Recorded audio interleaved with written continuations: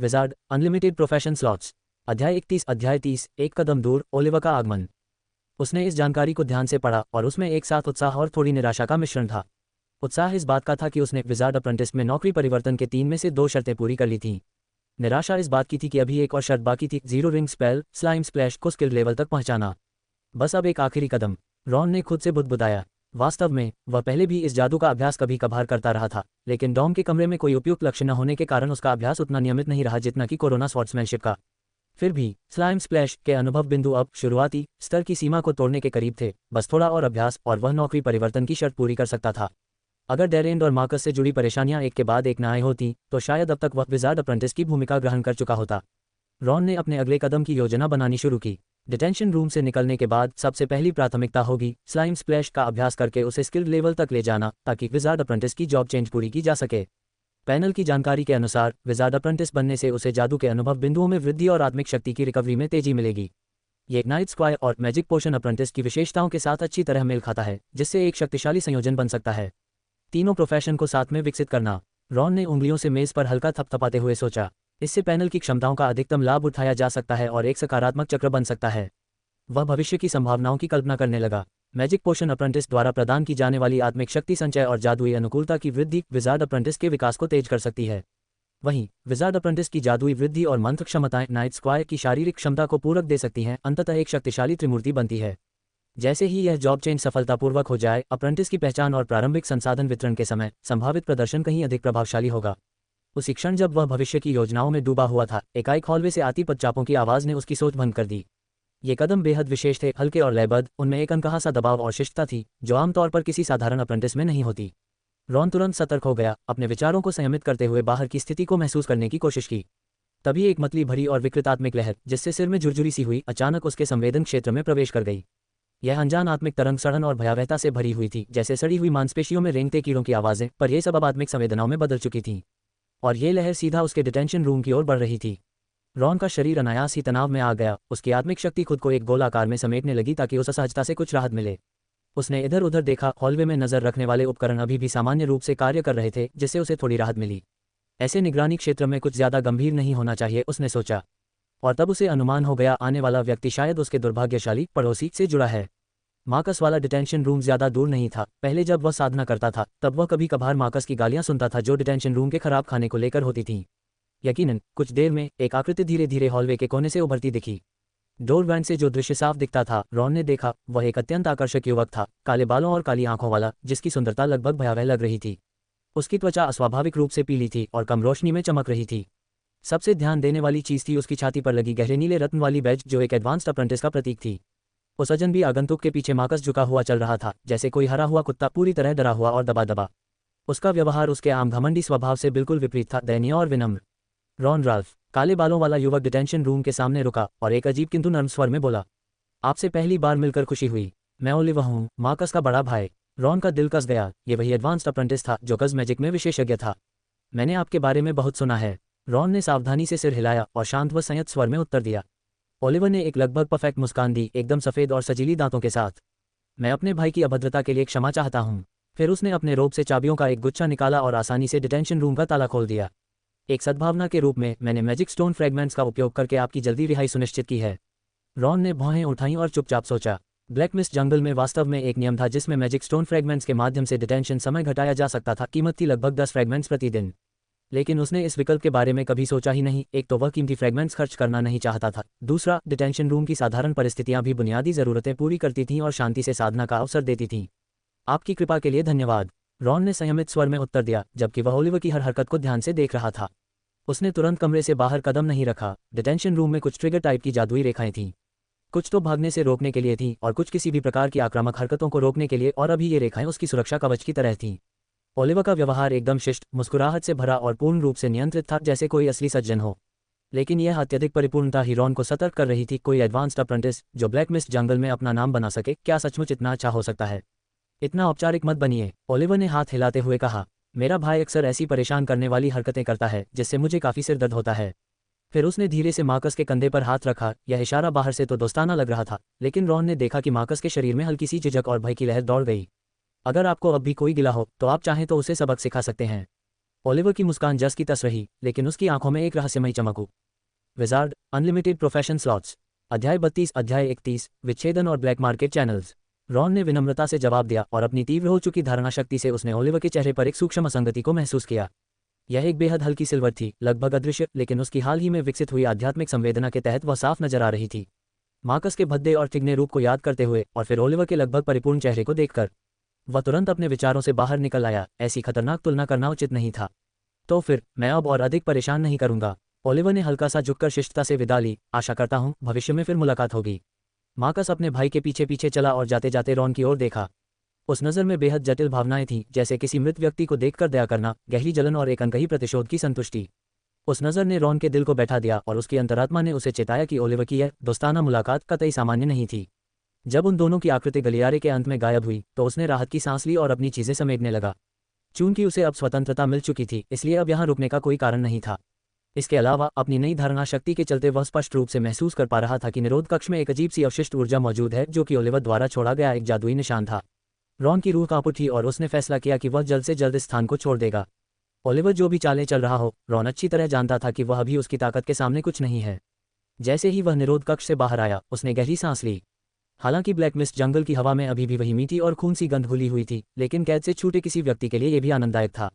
वो आदमी आखिर करना क्या चाहता है? चलते चलते रॉन सोचता रहा। उसने फैसला किया कि पहले अपने कमरे जाएगा, फिर आंद्रे से मिलकर पूरी स्थिति की जानकारी लेगा। रास्ते में उसे महसूस हुआ कि वह पिछले 2 हफ्तों में पूरी तरह बदल चुका है। उसकी आध्यात्मिक शक्ति में आए गुणात्मक परिवर्तन ने उसकी धारणा को बहुत अधिक बढ़ा दिया था और उसका चलने का ढंग भी अब हल्का और आत्मविश्वास से भरा हुआ था।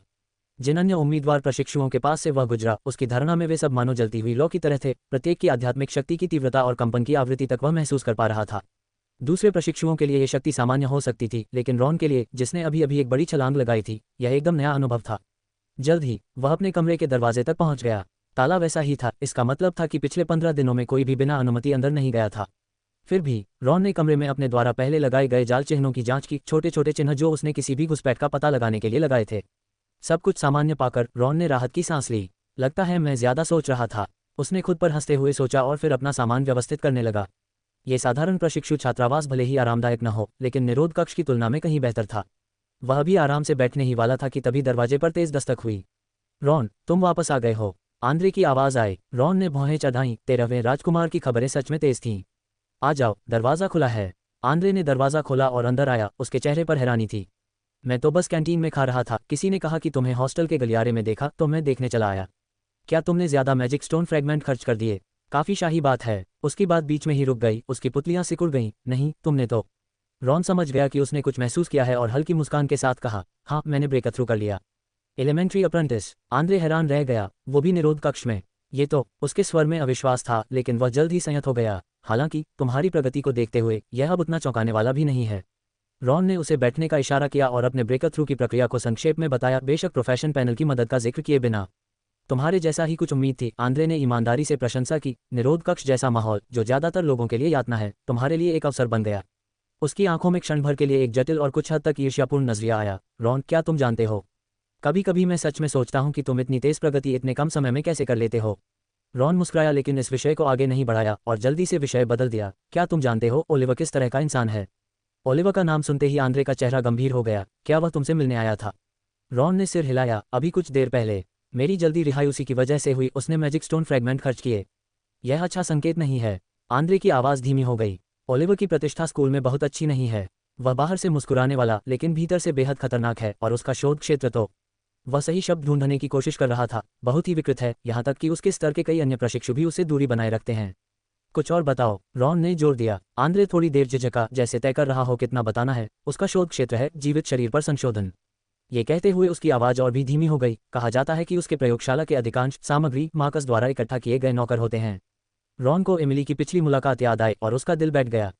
लेकिन जो बात मुझे सबसे ज्यादा चौंकाती है वह ये कि उसने विशेष रूप से तुमसे मिलने क्यों आया। आंद्रे ने भौहें सिकोड़ते हुए कहा, मार्कस और तुम्हारे बीच जो छोटा सा विवाद था, वह उसके स्तर के किसी व्यक्ति के लिए कोई मायने नहीं रखता। मेरा अनुमान है, रॉन ने धीरे से कहा, शायद ये डेरेन की साउंड वेव मैजिक से जुड़ा हुआ है। तुम्हारा मतलब है वह उस रिसर्च में रुचि रखता है? सिर्फ रुचि ही नहीं, रॉन ने ओलिवर की बातों को याद करते हुए कहा। उसने कहा था कि साउंड वेव्स और करसेज में कुछ समानताएं होती हैं, दोनों ही विशेष तरीकों से लक्ष्य पर दीर्घकालिक प्रभाव डालते हैं। ये बात तो वाजिब लगती है। आंद्रे सोच में पड़ गया, लेकिन फिर भी एक उच्च स्तर का प्रशिक्षु तुम्हारे जैसे नए व्यक्ति से संपर्क करे, ये बात अब भी अजीब है। दोनों कुछ पल चुप रहे, अपने अपने विचारों में डूबे हुए। अंततः आंद्रे ने चुप्पी तोड़ी, किसी भी हालत में अब तुम्हें बेहद सावधान रहना होगा। ओलिवर से उलझ। यहाँ आपकी दी गई कहानी का हिंदी अनुवाद है। योजक चिन्ह योजक चिन्ह योजक चिन्ह। Wizard unlimited profession slots.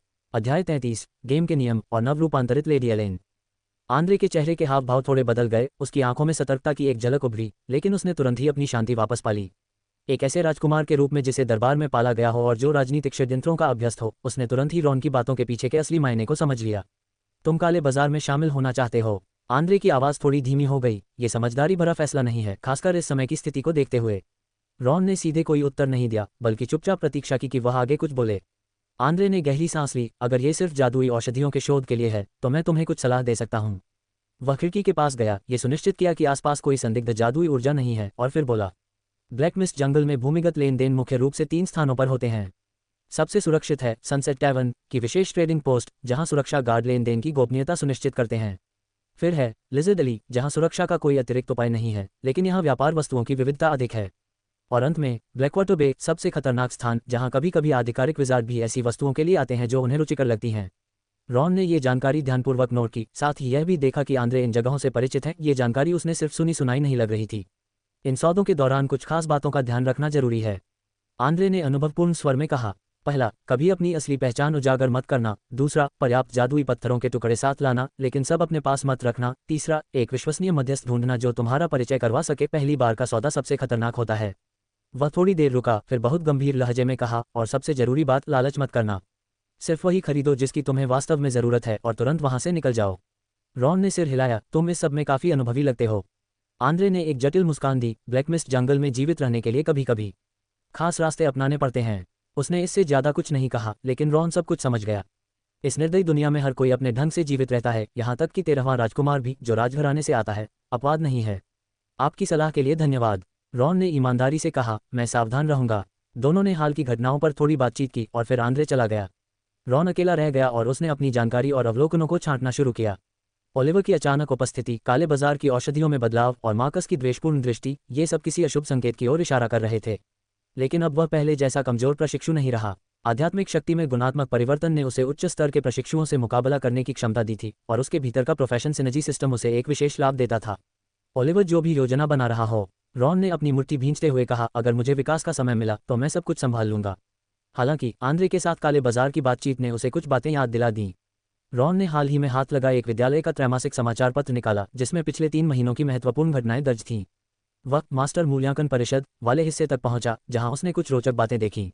Masters हर तिमाही प्रशिक्षुओं का मूल्यांकन करते हैं, और जो अच्छा प्रदर्शन करते हैं उन्हें अतिरिक्त संसाधन और मार्गदर्शन के अवसर मिलते हैं।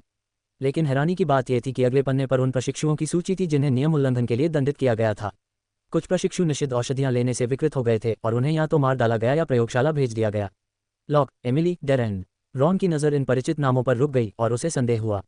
अगर मास्टर्स वाकई संभावनाशील प्रशिक्षुओं को इतना महत्व देते हैं, तो ये निषिद्ध औषधियां इतनी आसानी से कैसे फैली हुई हैं? प्रशिक्षु बार बार ऐसे खतरे क्यों मोल लेते हैं?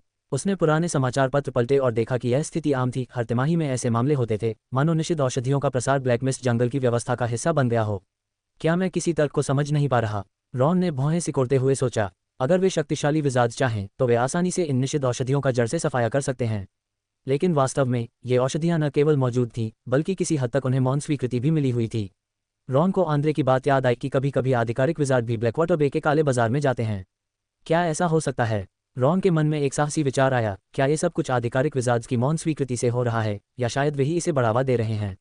यह विचार पागलपन लग सकता है, लेकिन इसने कई पहेलियां सुलझा दी। शायद मास्टर्स की नज़र में यह एक तरह की छटाई प्रक्रिया है। जो प्रशिक्षु प्रतिभाशाली और अनुशासित होंगे, वे सुरक्षित मार्ग चुनेंगे, और जो अधीर या अयोग्य होंगे, वे निषिद्ध औषधियों के जाल में फंसकर खत्म हो जाएंगे। यह एक खेल की तरह है। रॉन ने निष्कर्ष निकाला, एक पदोन्नति उन्मूलन खेल, जिसके नियम मास्टर्स ने बनाए हैं। वे विद्यालय में प्रतिभाशाली नवागंतुकों को उभरते देखना चाहते हैं, लेकिन माहौल को इतना आसान नहीं बनाना चाहते कि प्रशिक्षुओं में खतरे का एहसास ही ना रहे। मध्यम स्तर का खतरा और प्रतियोगिता असल में जीवित रहने और आगे बढ़ने की तीव्र इच्छा को जन्म देती है। पहले रॉन इसे केवल शक्तिशाली लोगों द्वारा कमजोरों का शोषण मानता था, लेकिन अब उसे यह अधिक जटिल लग रहा था। अगर यह सब सच है, तो एक परीक्षण विषय बनने का खतरा उतना बड़ा नहीं है, खासकर अगर वह अपनी क्षमता और अनुशासन दिखाए। वे विजार्ड शायद उसे एक भविष्य के साथी के रूप में देखना चाहेंगे, न कि एक प्रयोगशाला की वस्तु के रूप में। रॉन ने डैरेन की नोटबुक निकाली और साउंड वेव मैजिक की अवधारणा को पढ़ने लगा। क्योंकि ओलिवर को इसमें रुचि थी, ये जादू भविष्य की भिड़ंतों में अहम साबित हो सकता था। घंटों तक शोध चलता रहा और आसमान धीरे धीरे अंधेरा होने लगा। रॉन ने अपनी आंखें मलते हुए उठने का फैसला किया और हर्बस्टो जाने का सोचा। एक कारण तो यह था कि वह लेडी एलेन को यह बताना चाहता था कि उसकी सजा समय से पहले खत्म हो गई है, और दूसरा ये कि वह इस अनुभवी औषधिविद से ओलिवर और उच्च स्तर की मेडिटेशन तकनीकों के बारे में कुछ प्रश्न पूछना चाहता था। सूर्यास्त की हल्की लालिमा ने ब्लैक मिस्ट जंगल को एक रहस्यमयी चमक दे दी थी और बाजार की भीड़ अब काफी घट चुकी थी। जब रॉन हर्बस्टो के सामने पहुंचा तो उसने देखा कि दरवाजा पूरी तरह बंद था और उस पर मुड़ती हुई बेलों ने व्यवसाय के लिए बंद के शब्द बनाए हुए थे। रॉन को यह अजीब लगा, सामान्यतः लेडी एलेन की दुकान इतनी जल्दी बंद नहीं होती। Wizard unlimited profession slots. अध्याय 34, अध्याय 33, स्टार ईटर की प्रलाप। मैं समझा कि आप लेडी एलन की बेटी हैं या कोई रिश्तेदार। रॉन ने असहजता से अपनी नजरें फेर लीं, उसकी आवाज़ में साफ भ्रम झलक रहा था। वह फिर हंसी, इस बार और भी बेधड़क होकर। बेटी, ये बुरा शरीर सैकड़ों वर्षों से जी रहा है, मुझे बेटी कहाँ से मिल जाती। तभी रॉन ने ध्यान दिया कि हालांकि उनका रूप रंग पूरी तरह बदल गया था, लेकिन बोलने का तरीका और आंखों की तीक्ष्णता बिल्कुल लेडी एलन जैसी ही थी। लेकिन वह ये बदलाव बयान करने के लिए शब्द नहीं ढूंढ पाया। इतना चौंकने की जरूरत नहीं है, लेडी एलन ने थोड़ा मुड़कर समझाया। हर महीने जब जादुई उथल पुथल सबसे ज्यादा होती है तो मैं थोड़े समय के लिए अपनी युवावस्था की अवस्था में लौट सकती हूँ। उसने अपना शरीर फैलाया, मानो इस युवा रूप से मिलने वाले आराम का आनंद ले रही हो। इसीलिए मैंने आज दुकान जल्दी बंद कर दी। इन दिनों मैं आमतौर पर दुकान बंद रखती हूँ ताकि जादुई औषधियाँ बनाने और 1 महीने के रुके हुए आदेश पूरे करने पर ध्यान दे सकूँ। होल जैसे ग्राहक इस बारे में थोड़ा बहुत जानते हैं। रॉन ने सिर हिलाया, लेकिन उसकी इंद्रियों ने और भी गहरी बातें महसूस की। एक प्राथमिक प्रशिक्षु की मानसिक शक्ति के विकास के साथ वह साफ साफ महसूस कर सकता था कि लेडी एलन से निकलती जादुई शक्ति की लहरें कितनी भयावह थीं। एक अंधकार में और शक्तिशाली ऊर्जा क्षेत्र जो सामान्य प्रशिक्षुओं या यहाँ तक कि उच्च प्रशिक्षुओं से भी कहीं आगे था। एक चौंकाने वाला विचार रॉन के मन में कौंधा। लेडी एलन की वर्तमान शक्ति शायद एक आधिकारिक विजार्ड के स्तर तक पहुंच चुकी थी। मूल रूप से मैं तुम्हें ये सब पहले ही बताना चाहती थी, गुलाबी बालों वाली सुंदर जादूगरनी ने बात जारी रखी, मानो रॉन के मन की बातें नहीं जानती हो। लेकिन मार्कस के साथ तुम्हारे झगड़े के कारण तुम्हें सीधे डिटेंशन रूम भेज दिया गया, इसलिए। रॉन को ये जानने की उत्सुकता थी कि लेडी एलन की जादुई शक्ति सामान्यतः क्यों कमजोर रहती है और उनका शरीर इतना वृद्ध क्यों दिखता है, लेकिन उसने बुद्धिमानी से सवाल नहीं किया। हर किसी के अपने राज होते हैं, बिना सोचे समझे टोह लेना अक्सर उचित नहीं होता। हालांकि तुम्हारा समय अच्छा है। लेडी एलन का स्वर कुछ हल्का हो गया। थोड़ा अप्रत्याशित जरूर है, लेकिन जब तुम आ ही गए हो तो मुख्य बात पर आते हैं। जी मैडम। जब दोनों फिर से अपने परिचित बातचीत के ढंग में लौटे तो रॉन की झिझक कुछ कम हो गई। उसने आदरपूर्वक उत्तर दिया, मैं आपको ये बताने आया हूँ कि मेरी डिटेंशन जल्दी समाप्त हो गई है। इसके अतिरिक्त मैं आपसे कुछ मामलों में सलाह लेना चाहता हूँ। लेडी एलन ने उसकी ओर दिलचस्पी से देखा। उसकी गहरी हरी आंखों में वह चमक थी जो हर बात को भेद कर देख सकती थी। सिर्फ डिटेंशन खत्म ही नहीं हुई है ना? तुम्हारे आभामंडल में बदलाव साफ दिखाई देता है, तुम पहले ही एक प्राथमिक प्रशिक्षु बन चुके हो। रॉन ने हल्के से सिर हिलाया। जी, डिटेंशन रूम में मुझे अचानक एक सफलता मिली। अचानक? लेडी एलन ने एक भौं ऊपर उठाए, होठों पर एक शरारती मुस्कान। ऐसे माहौल में सफलता पाना अचानक नहीं होता। वह काउंटर के चारों ओर चली और कुछ कदम आगे बढ़ी। उसका युवा शरीर उसकी चाल को बेहद हल्का और आकर्षक बना रहा था, जो उसकी सामान्य झुकी हुई मुद्रा से बिल्कुल विपरीत था। तुम्हारा आभामंडल बहुत स्थिर है और तुम्हारी मानसिक शक्ति की तरंगें भी बहुत संतुलित हैं, लेडी एलन ने टिप्पणी की। अधिकतर नए प्रशिक्षुओं से बेहतर लगता है डिटेंशन रूम का वातावरण तुम्हारे लिए वरदान साबित हुआ है। रॉन ने सहमति जताई। सच कहूं तो उस एकांत वातावरण ने मुझे ध्यान और साधना में पूरी तरह लीन होने का मौका दिया। तो क्या सवाल पूछना चाहते हो? लेडी एलन ने अपने सीने पर हाथ बांधे और इस मुद्रा में उनका शरीर और भी आकर्षक लगने लगा। मेरे 2 सवाल हैं। रॉन ने अपनी नज़र स्थिर रखते हुए संक्षिप्त रूप से जवाब दिया, क्योंकि वह जानता था कि लेडी एलन हमेशा सीधी और प्रभावी बातचीत पसंद करती थी। पहला सवाल, मैं उच्च स्तरीय ध्यान तकनीकों के बारे में जानना चाहता हूँ। बुनियादी ध्यान तकनीक अब मेरी ज़रूरतों को पूरा नहीं कर रही। लेडी एलन ने सिर हिलाया, मानो इस सवाल की उम्मीद थी। बुनियादी ध्यान तकनीक बच्चों के लिए ध्वनि पुस्तक की तरह होती है, जिसे एक बार सीख लेने के बाद छोड़ देना चाहिए। तुम्हारी मानसिक शक्ति अब ज्यादा परिष्कृत मार्गदर्शन मांगती है। और दूसरा सवाल, रॉन थोड़ी देर झिझका लेकिन फिर सीधे पूछ लिया, आप ओलिवर के बारे में कितना जानती हैं? ये नाम सुनते ही लेडी एलन का चेहरा तुरंत गंभीर हो गया और उसकी युवा सुंदर सूरत पर एक ऐसी प्राचीन बुद्धिमत्ता आ गई जो उसके रूप से मेल नहीं खा रही थी। ओलिवर, क्या वह तुमसे संपर्क में आया? रॉन ने ओलिवर की मुलाकात और उस जादुई पत्थर के टुकड़े का जिक्र किया जिससे उसने उसे डिटेंशन रूम से मुक्त किया था। यह अच्छी बात नहीं है। वह लड़का कभी बिना स्वार्थ के दयालु नहीं होता। उसकी हर भेंट के पीछे कोई गहरा गणित छिपा होता है। उसकी उंगलियां काउंटर पर धीरे धीरे टकराईं, अनियमित लय में। कुछ पल बाद लेडी एलन धीरे धीरे काउंटर की ओर लौटी। उसकी पतली उंगलियां ताले लगे दराजों की एक पंक्ति पर फिसली, अंततः एक साधारण दिखने वाले दराज पर रुकी जिस पर एक लघु सीलिंग रूम बनी थी। तुम्हारे पहले सवाल के बारे में न जाने कब एक छोटी सी चांदी की चाबी उसके हाथ में आ चुकी थी। उसने चाबी ताले में डाली और एक बहुत ही हल्की क्लिक की आवाज के साथ दराज चुपचाप खुल गया। लेडी एलन ने एक छोटा नोटबुक निकाला जो गहरे चमड़े से बंधा हुआ था और उसके कवर पर एक अनियमित रक्त लाल रत्न जड़ा हुआ था जो प्रकाश में एक डरावनी चमक बिखेर रहा था। मेरे पास कुछ उच्च स्तरीय ध्यान तकनीकों की सामग्री है, ये रही। जब उसकी उंगलियां किताब के कवर पर फिसली तो रत्न ने जैसे उसके स्पर्श को महसूस किया और हल्की सी चमक दी। उसकी दृष्टि इस क्षण बहुत गहरी और दूरदर्शी हो गई, मानो समय की नदी को चीरकर देख रही हो। स्टार ईटर की प्रलाप, जिसे स्टार मेडिटेशन टेक्निक भी कहा जाता है, यह एक रत्न स्तर की ध्यान तकनीक है जो बुनियादी ध्यान तकनीक से एक स्तर ऊपर है। ऐसा कहा जाता है कि इसे एक प्राचीन घुमक्कड़ विजार्ड ने बनाया था, जिसकी चेतना तारों के बीच भयानक सत्ता को देखकर पागलपन और विवेक के बीच बंटी हुई थी। लेडी एलन की उंगलियां किताब के एक पृष्ठ पर रुकी, जिस पर एक जटिल रून संरचना बनी थी।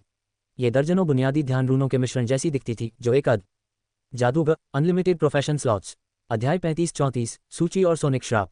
अध्याय 35 अध्याय 34 सूची और सोनिक श्राप।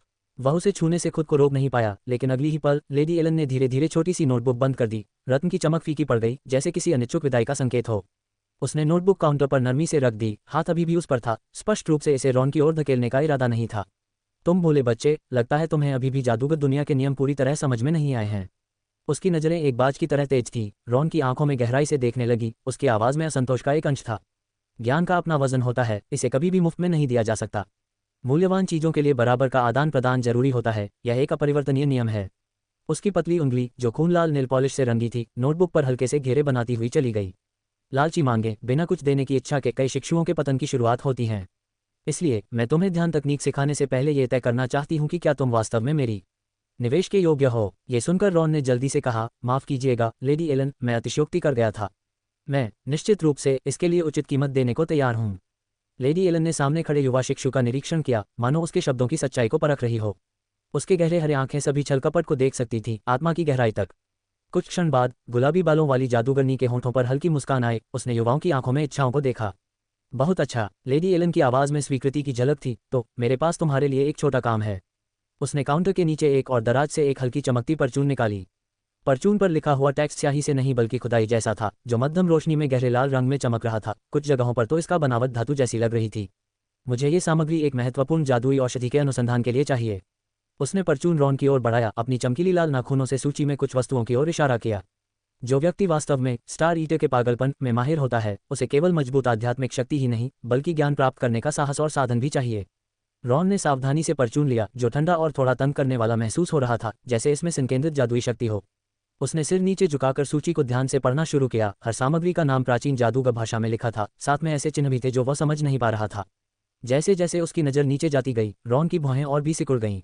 इनमें से ज़्यादातर सामग्री उसने मूलभूत जादुई औषधि सिद्धांत में कभी नहीं देखी थी। ड्रीम ईटिंग स्पाइडर की आंखों का द्रव, मून शैडो बैट का दिल की राख, क्रिस्टल मॉस, और कुछ तो उसे मुश्किल से पहचान में आई, जैसे नाइट टॉक पोलेन और थस्टी की जीभ मॉस, जो स्कूल द्वारा निषिद्ध व्यापार सामग्री की सूची में स्पष्ट रूप से दर्ज थीं।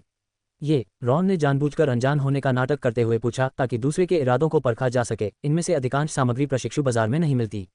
क्या ऐसा है? लेडी एलन ने थोड़ा सिर झुकाकर कहा, उसकी गहरी हरी आंखें उम्मीद से चमक रही थीं। तो तुम जैसे होशियार व्यक्ति को पता होगा कि इन्हें कहाँ से ढूंढना है ना? उसका स्वर सहज था, लेकिन उसकी आंखें छुरी की तरह तेज थीं। रॉन तुरंत समझ गया कि लेडी एलन क्या संकेत दे रही हैं। जादूगर दुनिया में केवल ज्ञान होना ही काफ़ी नहीं है। जटिल और खतरनाक माहौल में जरूरी संसाधनों को कैसे प्राप्त करना है, बिना बुरी मौत का सामना किए कैसे चालाकी से काम लेना है, ये वे जीवन कौशल है जो एक योग्य जादूगर को सीखना होता है। रॉन कुछ पल के लिए चुप रहा, फिर से सूची को गौर से देखा। उसका मन संभावित प्राप्ति रास्तों की गणना करने लगा। उसने सिर उठाया और दृढ़ता से लेडी एलन की नज़रों में देखा। समझ गया, मैं इन सामग्रियों को इकट्ठा करने का रास्ता खोजूंगा। लेडी एलन ने सहमति में सिर हिलाया, उसकी आंखों में राहत की झलक थी। अच्छा, याद रखो, ये सिर्फ स्टार ईटर के पागलपन के लिए नहीं है, ये तुम्हारे लिए भी है। ब्लैक मिस्ट जंगल में जीवित रहना कभी कभी खास रास्ते और कौशल मांगता है। ओलिवर के बारे में, उसने झुककर आवाज़ को फुसफुसाहट में घटा दिया, जैसे रॉन के कान के पास बोल रही हो। ओलिवर का अनुसंधान क्षेत्र बहुत खतरनाक है। लिविंग कर्स का उसका अध्ययन कई प्रतिबंधित सीमाओं को पार कर चुका है, जिन्हें कई आधिकारिक जादूगर भी छूना पसंद नहीं करते। अगर वह तुम्हारे साउंड वेव मैजिक में रुचि दिखा रहा है, तो इसका मतलब है कि उसने दोनों के बीच कोई संबंध खोज लिया है। क्या आप मुझे बता सकती हैं कि उस संबंध का क्या मतलब हो सकता है? रॉन ने पूछा, लेकिन धीरे धीरे थोड़ा दूरी बनाते हुए, क्योंकि आधिकारिक जादूगर की अनोखी ऊर्जा की चुभन उसकी त्वचा पर महसूस हो रही थी। दूसरी ने उसके अंदर बदलाव महसूस किया और उसकी सांस कुछ ठंडी हो गई, जिससे रॉन को चुभन में कमी महसूस हुई। लेडी एलन की आंखें गंभीर और चिंतित हो गईं। ध्वनि तरंगों और श्रापों का वाहक मुद्दा। पारंपरिक श्रापों को एक भौतिक वस्तु की जरूरत होती है जो उनका वाहक हो, यही उनकी सबसे बड़ी सीमा भी है। लेकिन ध्वनि तरंगें, वह रुकी, सोच समझ कर शब्द चुनती हुई। ध्वनि तरंगें भौतिक बाधाओं को पार कर सकती हैं, बिना संपर्क किए ऊर्जा स्थानांतरित कर सकती हैं। अगर ओलिवर ध्वनि तरंगों को श्रापों के वाहक के रूप में सफलतापूर्वक इस्तेमाल कर लेता है, तो उसके श्राप उतने व्यापक रूप से फैल सकते हैं जितना कि ध्वनि प्रभाव और दायरा पारंपरिक श्रापों से कई गुना अधिक होगा। रॉन की रीढ़ में ठंडक दौड़ गई। अगर यह सच हुआ तो ओलिवर का अनुसंधान एक नया हथियार बनाएगा जिसके खिलाफ कोई प्रशिक्षु स्तर का जादूगर बचाव नहीं कर सकेगा। तो आपकी सलाह क्या है? उसने पूछा, हालांकि उसके मन में पहले से ही एक निर्णय था। लेडी एलन का जवाब उम्मीद के अनुसार था, अपनी साउंड वेव मैजिक को परिपूर्ण करते रहो, लेकिन ध्यान रखो कि केवल तुम्हें इसकी मुख्य बातें पता हों। कुछ ज्ञान जब अलग अलग लोगों के पास होता है तो उसके परिणाम पूरी तरह अलग हो सकते हैं। वह करीब नहीं आई, बस एक हल्का सा स्मरण करा गई, और कभी कभी सबसे अच्छा बचाव पहल करना होता है, समझे? रॉन धीरे धीरे सिर हिलाया। जाहिर है कि वह लेडी एलन के संकेत को समझ गया था। इस दुनिया में खतरे का इंतजार करना अक्सर मृत्यु के बराबर होता है, केवल पहल करके ही कोई अपनी किस्मत नियंत्रित कर सकता है। उसने सूची को संभालकर फोल्ड किया और अपने अंदरूनी जेब में रख लिया। मैं जितनी जल्दी हो सके ये सामग्री जुटाऊंगा। जल्दबाजी करने की जरूरत नहीं। लेडी एलन ने भव्यता से हाथ हिलाया, उसके गुलाबी बैंगनी घुंघराले बाल हल्के से हिले। सुरक्षा हमेशा प्राथमिकता है। आखिरकार मृत लोग स्टार ईटर के पागलपन नहीं सीख सकते। उसकी आंखों में एक रहस्यमय चमक चमकी। ठीक है, आराम करने जाओ, कल सामान्य समय पर काम पर आना। अभी भी बहुत कुछ है जो मैंने तुम्हें नहीं सिखाया है। जैसे ही वह हर्ब स्टोर से बाहर निकला, रॉन की भावनाएं जटिल मिश्रण थीं। रात गहरी हो चुकी थी। ब्लैक मिस्ट जंगल की परछायां उसके पैरों के नीचे फैल रही थीं, जैसे अदृश्य हाथ उसके टखनों को छू रहे हों। एक ठंडी हवा उसके गालों पर चली, फिर भी उसकी नजरों में असाधारण दृढ़ संकल्प था। आखिरकार रहस्यमय दुनिया में संकट और अवसर साथ साथ चलते हैं। अगर आप चाहें तो मैं इसका और भी सहज या साहित्यिक अनुवाद कर सकता हूँ। आप बताइए। जादूगर, असीमित प्रोफेशन स्लॉट्स। अध्याय 36-35। एक मामूली सजा। सुबह की धूप ब्लैक मिस्ट जंगल की दरारों से छनकर घुमावदार रास्ते पर बिखर रही थी। अपने पहनावे को ठीक करते हुए रॉन हर्ब स्टोर की ओर बढ़ा। पिछली रात लेडी एलेन के शानदार चेहरे की याद उसके मन में अभी भी ताज़ा थी, जिसे भुलाना मुश्किल था। हालांकि तर्क कहता था कि यह बस एक अस्थायी घटना थी, पर भीतर दिल में वह फिर से उस गुलाबी बालों वाली खूबसूरत जादूगरनी को देखने की उम्मीद नहीं रोक पाया। जब उसने हर्ब स्टोर का दरवाजा खोला तो जड़ी बूटियों की मिली जुली खुशबू ने उसका स्वागत किया। रॉन की नज़र जल्दी ही काउंटर के पीछे झुकी हुई आकृति पर टिकी। जैसा कि उसने सोचा था, लेडी एलेन पहले जैसी वृद्धावस्था में वापस आ चुकी थी। एक ऐसा चेहरा जिसमें झुर्रियां सूखे नदी के किनारों की तरह बिछी थीं, एक टेढ़ी नाक जिसके नीचे तंग और कठोर मुंह था, उसके हल्के बाल गड़बड़ाए हुए पीछे से पिन किए हुए थे, और उम्र के धब्बों से भरे हाथ एक औषधि की बोतल के रंग की सावधानी से जांच कर रहे थे। मानसिक रूप से तैयार होने के बावजूद इतनी भारी विपरीतता को देखकर रॉन के चेहरे पर थोड़ी निराशा की झलक साफ दिखाई दी। वह अपना चेहरा सुधारने ही वाला था कि लेडी एलेन की प्रतिक्रिया से पता चला कि वह एक कदम पीछे रह गया। क्या बात है, मुझे इस हालत में देखकर तुम निराश लग रहे हो? बूढ़ी जादूगरनी ने सिर नहीं उठाया, हाथ चलते रहे, आवाज में थोड़ी हंसी थी। बिल्कुल नहीं, मैडम, रॉन ने जल्दी से जवाब दिया, भीतर एक हल्की मुस्कान के साथ, अनजाने में अपनी थोड़ी असुरक्षा भी जाहिर कर दी। लेडी एलेन ने अंततः औषधि की बोतल नीचे रखी और सामने वाले युवक की ओर देखा। तुम शरारती हो, तुम्हारे विचार चेहरे पर लिखे हुए हैं, किसे धोखा देने की कोशिश कर रहे हो? रॉन ने शर्मिंदा होकर नजरें घुमा लीं। माफ कीजिए मैडम, मेरा कोई अपमान करने का इरादा नहीं था। नर्वस मत हो, मैं ऐसे मामूली बातों पर नाराज नहीं होती। बूढ़ी जादूगरनी ने हाथ हिलाया, उसकी आवाज़ में असामान्य कोमलता थी। कल का रूप वाकई ज़्यादा प्यारा था। मैं खुद उस रूप को ज़्यादा पसंद करती हूँ, लेकिन समय बिना भेदभाव के अपना काम करता है। वह उठी, एक लकड़ी की छड़ी पर झुकी जो विचित्र पैटर्न से घिरी हुई थी, और धीरे धीरे रॉन की ओर बढ़ी। उसकी गहरी हरी आंखें उसे करीब से घूरने लगीं, लेकिन जैसे जैसे समय बीतता है तुम समझोगे कि बाहरी रूप और सच्ची शक्ति का अक्सर कोई संबंध नहीं होता। रॉन सहमति में सिर हिला सका। ठीक है, चून की जवानों में ऊर्जा होती है, मेरे पास तुम्हारे लिए एक काम भी है। लेडी एलेन ने 2 बार हंसी और दुकान के पीछे के एक धुंधले कोने की ओर इशारा किया। वह नया छिपा हुआ कांटे वाला बेल वाला बैच संभालना है, सारे कांटे और गांठें पूरी तरह हटाओ, एक भी न बचाओ। उसकी बात सुनकर रॉन ने दिशा की ओर देखा। वहां एक बड़ी गठरी चांदी ग्रे रंग की बेलों की थी, जो तीखे कांटों और अनियमित उभारों से घिरी हुई थी। रोशनी में वह कांटों के तेज किनारों की ठंडी चमक भी देख सकता था। उसने सहज ही निगला और यह समझ गया कि यह काम सामान्य नहीं था। अपनी वर्तमान कौशल से भी इतनी बड़ी मात्रा में छिपे हुए कांटे वाली बेल को संभालने में आधा दिन तो लग ही जाएगा। बूढ़ी जादूगरनी ने उसकी हिचकिचाहट महसूस की, उसकी आंखों में शरारती चमक झलक उठी। क्या थकने से डर रहे हो? सुनो, अच्छी बात, छिपे कांटे वाली बेल के कांटों में थोड़ी मात्रा में विष होता है। लगातार संपर्क में रहने से तुम्हारी उंगलियां सुन्न हो जाएंगी और लंबे समय तक इसका असर बढ़ने से अस्थायी संवेदना भी कम हो सकती है। उसके होंठों पर एक हल्की सी मुस्कान थी। बेशक, अगर तुम्हें ये काम बहुत मुश्किल लगे तो तुम यहाँ बैठकर मेरा सुंदर चेहरा पूरे दिन देख सकते हो, मुझे कोई आपत्ति नहीं। ये सुनकर रॉन ने शर्म से सिर खुजलाया, तुरंत समझ गया कि आज का काम शायद एक तरह की सजा है। हालांकि मन में थोड़ा हिचकिचाहट थी, पर वह ये भी जानता था कि लेडी एलेन अपने नियोक्ता के रूप में ऐसा करने का अधिकार रखती हैं। इसके अलावा उसे हमेशा से हर्ब स्टोर का काम पसंद था। इतनी सारी दुर्लभ सामग्रियों और ज्ञान से संपर्क पाने के साथ साथ लेडी एलेन की सिखाने की विधि ने उसे कभी कोई काम अस्वीकार नहीं करने दिया। मैं छिपी हुई कांटे वाली बेल को तुरंत संभालना शुरू करता हूँ, मैडम, रॉन गंभीर होकर बोला और उस पौधे की ओर बढ़ा जो पहली नज़र में ही दुश्मनी दिखा रहा था। पीछे से लेडी एलेन की धीमी हंसी सुनाई दी। छिपी हुई कांटे वाली बेल को संभालना वास्तव में, जैसा उसने बताया था, उतना ही परेशान करने वाला और मेहनत वाला था। रॉन जल्दी ही समझ गया कि यह काम सजा क्यों माना जाता है। यह न केवल धैर्य और एकाग्रता की मांग करता था, बल्कि उच्च तकनीकी कौशल भी चाहिए था। हर बेल को एक खास चांदी की चाकू से सावधानी से खुरचना पड़ता था ताकि कांटे और गांठें हट जाएं। थोड़ी लापरवाही से बेल को नुकसान पहुंच सकता था, जिससे औषधि की गुणवत्ता प्रभावित होती या फिर कांटों से उसकी त्वचा छिद सकती थी।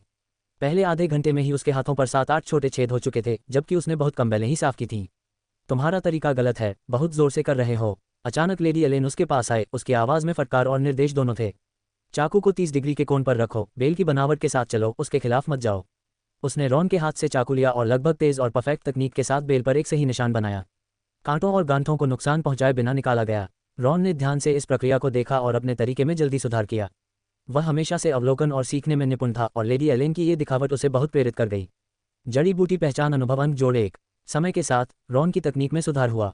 वह कांटों के वितरण के पैटर्न को समझने लगा, सबसे कुशल क्रम खोजा और अगली जटिल गांठ का स्थान अनुमान लगाने लगा। इस दौरान उसने एक अजीब खोज की, ये छिपी हुई कांटे वाली बेलें बेतरतीब कांटे नहीं लगाती थीं, बल्कि किसी अनकहे पैटर्न का पालन करती थीं। और ज़्यादा दिलचस्प बात यह थी कि जब वह पूरी तरह से काम पर ध्यान देता तो बेलों के अंदर एक हल्की लेकिन स्पष्ट ऊर्जा की लहर महसूस कर सकता था। ये जीवन की लय बिल्कुल अलग थी, जो सांस लेने या ध्यान जैसी तकनीकों से भिन्न थी, लेकिन फिर भी पूरी तरह से लयबद्ध थी। दिलचस्प, रॉन ने धीरे से कहा, पूरी तरह इस नई खोज में खो गया। उसने अपनी गतिविधियों को इस प्राकृतिक लय के साथ मिलाने की कोशिश की, कांटों को हटाने में उसकी दक्षता काफ़ी बढ़ गई। ऐसा लग रहा था जैसे बेलें किसी हद तक उसकी चाल को समझ और सहयोग कर रही हों। जैसे ही रॉन पूरी तरह मग्न था, लेडी एलेन फिर से उसके पास आए, एक कप गाढ़े हरे रंग का भाप उठता हुआ तरल लेकर।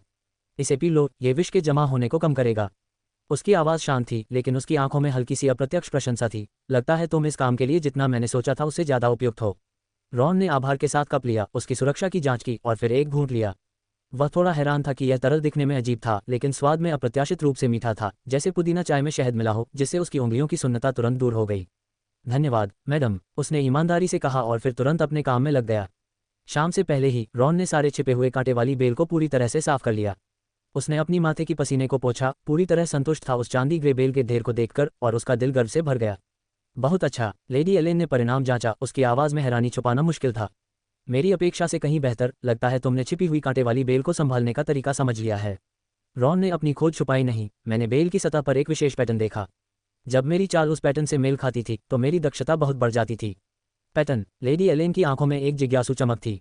दिलचस्प, बहुत कम लोग असाधारण पौधों की जीवन धड़कन को महसूस कर पाते हैं। तुम्हारी धारणा क्षमता वाकई खास है। बात करते हुए उसने काउंटर के नीचे से एक छोटा थैला निकाला, जिसमें से कड़ी वस्तुओं की टकराहट की आवाज़ आ रही थी। अब मैं तुम्हें आज के जादुई पत्थर के टुकड़े देता हूँ, ये थोड़ा ज़्यादा है आज। तुम्हारी मेहनत के लिए यह अतिरिक्त इनाम है। रॉन ने थैला लिया, उसका वजन महसूस किया, लगभग 5 जादुई पत्थर के टुकड़े थे, जो सामान्य 2 से ज़्यादा थे। आपकी उदारता के लिए धन्यवाद मैडम। उसने जादुई पत्थर के टुकड़े संभाले और विदाई लेने लगा, कल मिलेंगे। रुको, अभी मत जाओ, बूढ़ी जादूगरनी ने अचानक उसे पुकारा, उसकी आवाज़ में एक हल्की सी चिंता थी। क्या तुम आज बाद में एलिमेंट्री अप्रेंटिस योग्यता परीक्षा देने वाले हो? अगर आप चाहें तो मैं आगे भी मदद कर सकता हूँ। आपको यह अनुवाद कैसा लगा? जादूगर, अनलिमिटेड प्रोफेशन स्लॉट्स। अध्याय 37, अध्याय 36, योग्यता मूल्यांकन और सिफारिश पत्र। रॉन थोड़ा हैरान हुआ, आपको ये कैसे पता चला? हे, मैं इस बाजार में कई सालों से हूँ, स्कूल की प्रक्रियाओं से अच्छी तरह परिचित हूँ। ऐसा कहते हुए उसने एक बंद दराज से एक क्रिस्टल की बोतल निकाली। ये पहले मैं तुम्हें लौटा देती हूँ। रॉन ने वह क्रिस्टल बोतल ली और पहचान लिया कि यह वही आर्टिफिशियल स्टार ड्यू थी जो होल्ड ने उसे दी थी। याद है, मैंने वादा किया था कि मैं इसे तब तक के लिए सुरक्षित रखूंगी जब तक तुम अप्रेंटिस क्वालिफिकेशन टेस्ट पास नहीं कर लेते। लेडी एलन ने कहा, उसके स्वर में एक कठोरता थी जो अब एक वरिष्ठ द्वारा कनिष्ठ के लिए दिखाए गए स्नेह में बदल गई थी। अब जब तुमने ब्रेक थ्रू कर लिया है तो यह वस्तु सही मायनों में तुम्हारे पास लौट आनी चाहिए। मैं तो उस वादे को लगभग भूल ही गया था। रॉन ने ईमानदारी से स्वीकार किया, इसे सुरक्षित रखने के लिए धन्यवाद मैडम। और ये, लेडी एलन ने उसे एक पत्र सौंपा जिस पर एक अजीब सी मुहर लगी थी। इसे स्कूल में तुम्हारे प्रारंभिक संसाधन वितरण आवेदन के समय दिखाना। रॉन ने हैरानी में वह पत्र लिया जिस पर एक प्राचीन मुहर लगी थी। यह क्या है? प्राथमिक अप्रेंटिस के रूप में तुम स्कूल से एक बार के लिए संसाधन प्राप्त करने के पात्र हो। लेडी एलन ने धैर्यपूर्वक समझाया, आमतौर पर संसाधनों की गुणवत्ता और मात्रा तुम्हारी क्षमता रेटिंग पर निर्भर करती है। वह थोड़ी रुकी, उसकी आंखों में चिंता की झलक थी। तुम्हारी प्रारंभिक प्रतिभा और ब्रेक थ्रू के समय को देखते हुए तुम्हारी रेटिंग बहुत ऊंची नहीं होगी। ये सिफारिश पत्र तुम्हें एक स्तर की अतिरिक्त अनुमति दिला सकता है। रॉन का हृदय गर्मजोशी से भर गया, उसे इतनी परवाह की उम्मीद नहीं थी। मैडम, मैं सच में नहीं जानता कैसे धन्यवाद करूं। तू भी ना, बड़ा नटखट है, इतना भावुक मत हो। ये सुनते ही लेडी एलन तुरंत अपनी सामान्य कठोर मुद्रा में लौट आए, ऐसे हाथ हिलाए जैसे कोई परेशान करने वाली मक्खी उड़ा रही हो। मुझे बस तुम उन लालची मूर्खों से ज्यादा पसंद हो और नहीं चाहती कि स्कूल तुम्हारे साथ अन्याय करे। रॉन ने सिफारिश पत्र और स्टार ड्यू को सावधानी से रख लिया, शब्दों की तलाश में था, अपनी भावनाओं को समेटने की कोशिश कर रहा था। ठीक है, अब निकलो यहाँ से, मेरा बंद करने का समय हो रहा है। लेडी एलन ने हाथ हिलाया, उसकी आवाज़ में अधीरता थी लेकिन उसकी गहरी हरी आंखों में कोमल चमक। कल समय पर काम पर आ जाना भूलना मत। स्कूल का सेंट्रल हॉल ब्लैक मिस्ट जंगल के किनारे स्थित एक प्राचीन और भव्य इमारत थी।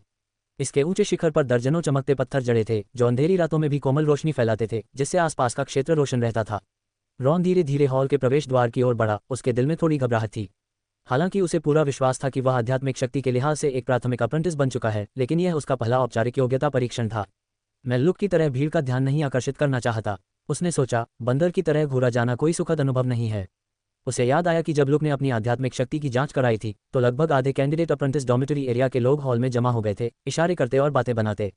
ऐसे दृश्य कभी भी परेशान करने वाले हो सकते हैं, और ब्लैक मिस्ट जंगल जैसे असुरक्षित वातावरण में ज्यादा ध्यान आकर्षित करना खतरे को बुलावा देना है। रॉन हमेशा सतर्क रहा करता था, खासकर मार्कस के साथ हुए टकराव के बाद। अब उसे समझ आ गया था कि सावधानी से रहना कितना जरूरी है। शुक्र था इस समय सेंट्रल हॉल में ज्यादा भीड़ नहीं थी, क्योंकि अधिकतर अप्रेंटिस या तो प्रयोगों में व्यस्त थे या बाहरी कार्य कर रहे थे। रॉन ने थोड़ा सुकून महसूस किया और हॉल के एक कोने में स्थित ड्यूटी एरिया की ओर बढ़ा। ड्यूटी एरिया हॉल के भीतर एक स्वतंत्र क्षेत्र था, जहां ग्रे और सफेद यूनिफॉर्म में कुछ अप्रेंटिस विभिन्न कार्यों को संभाल रहे थे। रॉन ने थोड़ी देर देखा और फिर एक फुर्सत में और मिलनसार दिखने वाली महिला ड्यूटी पर्सनल को चुना। नमस्ते, मैं प्राथमिक अप्रेंटिस योग्यता मान्यता के लिए आया हूँ, उसने विनम्र लेकिन आत्मविश्वासपूर्ण स्वर में कहा। महिला ड्यूटी पर्सनल ने उसे देखा। वह करीब 30 की लग रही थी, सुंदर पर थकी हुई सी, और उसकी छाती पर लगे हल्के नीले निशान से पता चलता था कि वह मिडिल अप्रेंटिस थी। नाम उसका लहजा औपचारिक था पर चिड़चिड़ा नहीं। Ron Ralph. संबंधित क्षेत्र candidate apprentice dormitory area east wing. Ron ने संक्षेप में उत्तर दिया, बेवजह ध्यान आकर्षित करने से बचते हुए। ड्यूटी पर्सनल ने सिर हिलाया और पास रखी एक मोटी किताब को पलटना शुरू किया। उसकी उंगलियां तेजी से उस पर चल रही थी। तुम्हारा नाम स्कूल की प्रेडिक्टेड ब्रेकर थ्रू लिस्ट में नहीं है। हाँ, मेरा ब्रेकर थ्रू डिटेंशन रूम में हुआ था, रॉन ने ईमानदारी से जवाब दिया। ड्यूटी पर्सनल का पेन रुक गया। वह ऊपर देखने लगी। उसकी आंखों में आश्चर्य की झलक थी। Detention room? वहां तो मेडिटेशन के लिए कोई सहायक संसाधन नहीं होते। उसी माहौल की वजह से मुझे वास्तव में काफी मदद मिली, रॉन ने स्पष्ट तरीके से समझाया। अकेलेपन ने मुझे ध्यान केंद्रित करने में मदद की। ड्यूटी पर्सनल ने कुछ सेकंड तक उसे गौर से देखा, फिर अपने हाथ में मौजूद डेटा से तुलना करते हुए उसकी निगाह में धीरे धीरे रुचि झलकने लगी। रॉन राल्फ, मिल गया। तुम्हारी प्रारंभिक आध्यात्मिक प्रतिभा छठी श्रेणी के तारे की थी, है ना? रॉन भीतर से थोड़ा सतर्क हो गया लेकिन बाहर से शांत रहा। जी मैडम। छठी श्रेणी का तारा? तुम ब्लैक मिस्ट जंगल में आए हो लगभग 9 महीने पहले, ड्यूटी पर्सनल ने थोड़े अचरज से कहा। उसकी आंखों में अब स्पष्ट रूप से हैरानी थी। ऐसी आध्यात्मिक प्रतिभा के साथ समय सीमा के भीतर ब्रेक थ्रू करना सच में असाधारण है। उसने किताब बंद की और खड़ी हो गई। मेरे साथ चलो, हमें एक औपचारिक आध्यात्मिक शक्ति मूल्यांकन करना होगा। रॉन ने राहत की सांस ली। कम से कम उसे हॉल के बीच में सबके सामने परीक्षण नहीं देना पड़ा। ड्यूटी पर्सनल उसे एक प्राचीन रूनों से चिन्हित छोटे द्वार की ओर ले गई। भीतर एक अलग टेस्ट रूम था, जिसमें हॉल सेंटर की तुलना में छोटा क्रिस्टल बॉल था, जिसे जटिल रूनों से घेरा गया था। अपना हाथ क्रिस्टल बॉल पर रखो और अपनी आध्यात्मिक शक्ति को प्रवाहित करो, ड्यूटी पर्सनल ने निर्देश दिया। उसका स्वर शांत था लेकिन उसकी आंखों में उत्सुकता साफ झलक रही थी। रॉन ने सिर हिलाया और धीरे से अपना दायां हाथ क्रिस्टल बॉल पर रखा। उसने अपनी आंखें बंद की और अपने द्वारा साधे गए मेडिटेशन तकनीक की वजह क्रमबद्ध और संतुलित रूप से अपनी आध्यात्मिक शक्ति को प्रवाहित किया। जैसे ही शक्ति प्रवाहित हुई, क्रिस्टल बॉल ने को जादूगर, असीमित प्रोफेशन स्लॉट्स, C38-37 संसाधन आवंटन और संभावना का मूल्यांकन। अध्याय 38 अध्याय 37 संसाधन आवंटन और संभावना का मूल्यांकन। रॉन ने आंखें खोली और सावधानी से उत्तर दिया। मैंने आध्यात्मिक शक्ति की लय से जुड़ा कुछ सुराग खोजा है, जिससे मैं ध्यान के समय का अधिक प्रभावी ढंग से उपयोग कर पाता हूँ। लय? कर्मचारी ने सिर हिलाया। उसकी आंखों में हल्की सोच की चमक उभरी। ये दृष्टिकोण काफी अनोखा है। आमतौर पर उच्च प्रतिभा वाले लोग शायद ही कभी इस कोण से कोई तुपो ब्रेक थ्रू कर पाते हैं। वह कुछ देर सोचकर बोली, ध्यान के अलावा क्या तुमने अन्य कौशलों का अभ्यास किया है? रॉन ने सोचा कि कैसे उत्तर दे। वह अपना गोल्डन फिंगर तो नहीं बता सकता था, लेकिन कुछ विशेष प्रतिभा दिखाना जरूरी था। मुझे जादुई औषधि निर्माण और तलवारबाजी में थोड़ी समझ है, उसने सावधानी से कहा। खासकर औषधि निर्माण में। मैं लेडी एलेन की दुकान पर काम करता रहा हूँ। Lady Ellen? कर्मचारी का भाव सूक्ष्म रूप से बदल गया। अचरज नहीं, यही वजह है कि तुम इतनी जल्दी तुपो ब्रेक थ्रू कर पाए। उसका रवैया और गंभीर हो गया। हालांकि प्रतिभा के लिहाज से तुम्हारा शुरुआती स्तर बहुत कम था, फिर भी तुम कुछ ही महीनों में छठी श्रेणी के तारे से प्राथमिक प्रशिक्षु बन गए। यह मुझे कुछ साल पहले का एक मामला याद दिलाता है। कौन सा मामला? रॉन ने उत्सुकता से पूछा। कर्मचारी की नज़र में हल्की स्मृति और डर झलका। वह भी एक ऐसा ही प्रशिक्षु था जिसकी शुरुआत बेहद नीची थी। जब वह आया, न केवल उसकी आध्यात्मिक प्रतिभा सबसे नीचे थी, बल्कि उसका रूप इतना भद्दा था कि सबका ध्यान खींच लेता था। लेकिन कुछ ही वर्षों में उसने अद्भुत प्रगति की और अब आधिकारिक जादूगर बनने वाला है। रॉन का दिल धड़क उठा। उसे आंद्रे की बताई कुछ अफवाहें याद आईं। क्या आप ओलिवर की बात कर रही हैं? कर्मचारी की आंखें तुरंत सतर्क हो गईं। तुम उसे जानते हो? सिर्फ सुना है, रॉन ने जल्दी से सफाई दी। सुना है कि उसने शाप अनुसंधान में बड़ी उपलब्धियां हासिल की हैं। कर्मचारी ने थोड़ा सिर हिलाया, लेकिन उसकी आंखों की चौकसी पूरी तरह खत्म नहीं हुई। ओलिवर सचमुच एक दुर्लभ प्रतिभा है, लेकिन उसने जो मार्ग चुना वह हर किसी के लिए नहीं है। वह नाम ज्यादा बोलने से बचती हुई फिर मूल विषय पर लौट आए। ठीक है, तुम आध्यात्मिक शक्ति माप में पास हो चुके हो। अब मुझे कुछ बुनियादी जानकारी दर्ज करनी होगी, फिर तुम संसाधन आवंटन के लिए आवेदन कर सकते हो। पूरा प्रक्रिया बहुत व्यवस्थित और तेज थी। कर्मचारी ने रॉन की जानकारी, क्षमताएं और भविष्य की दिशा सावधानी से दर्ज की। तुम किस क्षेत्र पर ज्यादा ध्यान देना चाहते हो? उसने पूछा। ये तुम्हारे कार्य और संसाधन के प्रकार को प्रभावित करेगा। रॉन ने एक पल सोचा। क्योंकि उसके पास कई प्रोफेशन थे, उसका विकास मार्ग स्वाभाविक रूप से अधिक विविध था। लेकिन मौजूदा परिस्थिति और सार्वजनिक रूप से प्रदर्शित क्षमताओं को देखते हुए चुनाव सोच समझकर करना था। मुझे औषधि निर्माण और जादुई अनुसंधान दोनों में रुचि है, लेकिन इस समय मैं औषधि निर्माण की ओर ज्यादा झुका हुआ हूँ। यह उत्तर उसके असली कौशल से मेल खाता था और लेडी एलेन की सिफारिश से भी। औषधि निर्माण। कर्मचारी ने सिर हिलाकर यह विकल्प दर्ज किया। लेडी एलेन की नज़र हमेशा पैनी रही है। जब उन्होंने तुम्हें सहायक चुना तो उन्होंने निश्चित ही तुम्हारी क्षमता देखी होगी। फिर कर्मचारी ने एक मोटी सूची निकाली, एक पन्ना पलटा और रॉन को थमा दिया। तुम्हारी योग्यता और टू ब्रेक थ्रू के समय के आधार पर तुम्हें द्वितीयक संभावना स्तर में आंका गया है, इसलिए तुम केवल इसी सूची से वस्तुएं चुन सकते हो। रॉन ने सूची देखी और उसका दिल थोड़ा बैठ गया। उसमें सिर्फ साधारण चीजें थीं, कुछ ठीक ठाक असाधारण सामग्री, कुछ साधारण औषधियां जो वह खुद बना सकता था, और कुछ आरंभिक जादू की किताबें जैसे मूलभूत जादुई औषधि सिद्धांत। जिस सूची ने उसका ध्यान खींचा वह थी ध्यान तकनीकें। उसमें कई उच्च स्तर की ध्यान विधियां थीं, लेकिन शर्तें बेहद कठोर थीं। 50 साल का सेवा अनुबंध, और वे ध्यान विधियां केवल उन्नत प्रशिक्षु तक ही पहुंचाती थीं, उससे ऊपर नहीं। इसी तरह शून्य रिंग जादू मॉडल्स पाने की शर्तें भी काफी सख्त थीं, जिनके लिए स्कूल के साथ विशेष अनुबंध करना अनिवार्य था। ये शर्तें रॉन ने भौहें सिकोड़ लीं। शिकायत मत करो, कर्मचारी ने शांत भाव से कहा। यह पहले से ही उन अधिकांश द्वितीयक संभावना वाले प्रशिक्षुओं से बेहतर है जो कुछ नहीं पा पाते। स्कूल के संसाधन सीमित हैं, सबको सर्वश्रेष्ठ नहीं मिल सकता। क्षमा कीजिए मैडम। रॉन ने लेडी एलेन का सील किया हुआ पत्र निकाला। लेडी एलेन ने कहा था कि इसे स्टाफ को देना है। कर्मचारी ने लिफाफा लिया, उसकी भौहें हल्की ऊपर उठीं। उसने मुहर को ध्यान से जांचा और कोई गलती न पाकर सावधानी से पत्र खोला। जैसे जैसे उसने पत्र पढ़ा, उसका चेहरा आश्चर्य से भरता गया। उसने हस्ताक्षर और मुहर को भी दोबारा परखा। उसने सिर उठाया और रॉन को नए नजरिए से देखा। उसकी आंखों में अब और अधिक गंभीरता और जांच का भाव था। लेडी एलेन शायद ही कभी किसी के लिए सिफारिश पत्र लिखती हैं, और इस पत्र की भाषा वह अधूरी रह गई, लेकिन रॉन महसूस कर रहा था कि इस पत्र का वजन बहुत भारी था। कृपया एक क्षण प्रतीक्षा करें। कर्मचारी उठी, छिपे कोने में गई और एक रून पत्थर निकाला। वह धीरे धीरे बोलने लगी। रून पत्थर से हल्की रोशनी निकली और कुछ क्षण बाद एक गरिमामयी पुरुष आवाज सुनाई दी।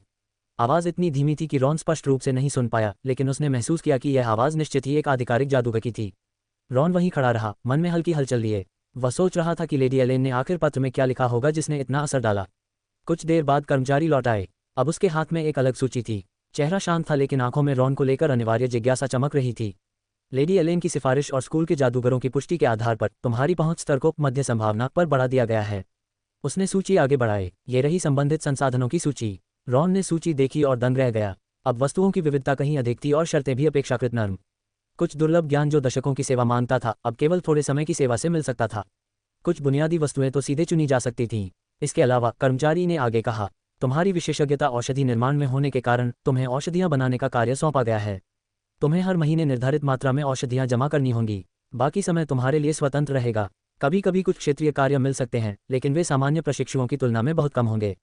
रॉन का दिल प्रसन्न हो उठा। ये निस्संदेह उसके लिए सबसे उपयुक्त कार्य था। नियमित कार्य से उसकी कौशल निखरेगी और अन्य साधनाओं के लिए पर्याप्त समय भी बचेगा। अब तुम सूची से वस्तुएं चुन सकते हो, कर्मचारी बोली। कृपया सावधानी से चुनना, ये तुम्हारे दीर्घकालिक विकास से जुड़ा है।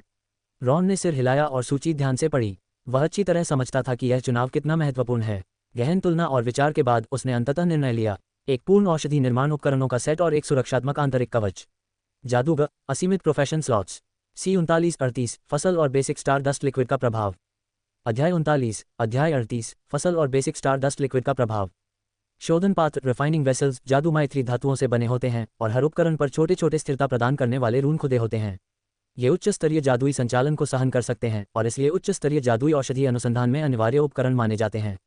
संरक्षण के लिए पहनने वाला भीतरी कवच प्रोटेक्टिव इनर आर्मर असाधारण सामग्रियों से बुना होता है। यद्यपि यह कोई वास्तविक दानवीकृत वस्तु नहीं है, लेकिन इसकी उत्कृष्ट गुणवत्ता पर्याप्त सुरक्षा देती है, वह भी बिना गतिशीलता में बाधा डाले। बाजार मूल्य के हिसाब से ये दोनों वस्तुएं मिलकर कम से कम 1 या 2 पूरे मैजिक स्टोन के बराबर होती।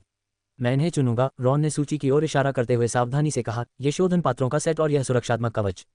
सहायक ने सिर हिलाकर फॉर्म पर नोट किया। यह औषधि शिष्य मैजिक पोशन अप्रेंटिस के लिए सामान्य चुनाव है, व्यावहारिक लेकिन साधारण। कृपया थोड़ी देर प्रतीक्षा करें, मैं आपके लिए वस्तुएं लेकर आती हूँ। जैसे ही वह परीक्षण कक्ष से बाहर गई, रॉन फिर से सोचने लगा कि लेडी एलन उसकी मदद क्यों कर रही थी। क्या ये केवल उसकी औषधि निर्माण की प्रतिभा देखकर था, या वह रहस्यमयी वृद्ध औषधि मास्टर उसके भीतर किसी गहरी क्षमता को देख रहे थे। कारण चाहे जो हो, उसने मन ही मन इस उपकार को याद रखा। ब्लैक मिस्ट जंगल जैसी जगह में ऐसी सहायता अत्यंत दुर्लभ थी। कुछ ही देर में सहायक लौटी, एक सुंदर लकड़ी का डिब्बा और गहरे हरे रंग का एक कपड़ा लेकर। ये वे वस्तुएं हैं जिन्हें आपने चुना था। उसने उन्हें रॉन को थमाया, साथ ही एक पतली पुस्तिका भी दी। इसके अतिरिक्त यह नियमों और संसाधनों की गाइड है जिसे एक प्रारंभिक शिष्य को अवश्य जानना चाहिए। मैं आपको इसे जल्द से जल्द पढ़ने की सलाह दूंगी। रॉन ने वस्तुएं ली, लकड़ी का डिब्बा खोला और निरीक्षण किया। अंदर बारीक गड़े हुए शोधन पात्र थे जिनकी धातु ठंडी चमक बिखेर रही थी, और हर पात्र के निचले हिस्से में छोटे रून खुदे हुए थे। ये सेट शिष्य स्तर पर बिल्कुल निर्दोष है। रॉन की क्रियाओं को देखते हुए सहायक ने कहा, ये केवल सामान्य औषधियां ही नहीं बल्कि कुछ उच्च स्तरीय फॉर्मूले भी तैयार करने के लिए उपयुक्त हैं। यदि इन्हें सही ढंग से उपयोग किया जाए तो यह आपको लंबे समय तक साथ दे सकते हैं। रॉन ने डिब्बा बंद किया और फिर कवच का निरीक्षण किया। हालांकि यह सामान्य कपड़े जैसा दिखता था, लेकिन छूने पर असाधारण रूप से मजबूत महसूस हुआ, साथ ही हल्की ठंडक भी थी। ये निश्चित रूप से साधारण वस्तु नहीं थी। आपकी मदद के लिए धन्यवाद, उसने विनम्रता से आभार व्यक्त किया। क्या मुझे और कोई प्रक्रिया पूरी करनी है? अभी के लिए नहीं। सहायक ने उसे एक हरे रंग का चमकता बैज सौंपा। इसे पहने, यह आपके प्रारंभिक शिष्य एलिमेंट्री अप्रेंटिस होने का प्रमाण है और आपको विद्यालय के कुछ प्रतिबंधित सार्वजनिक क्षेत्रों में प्रवेश की अनुमति देता है।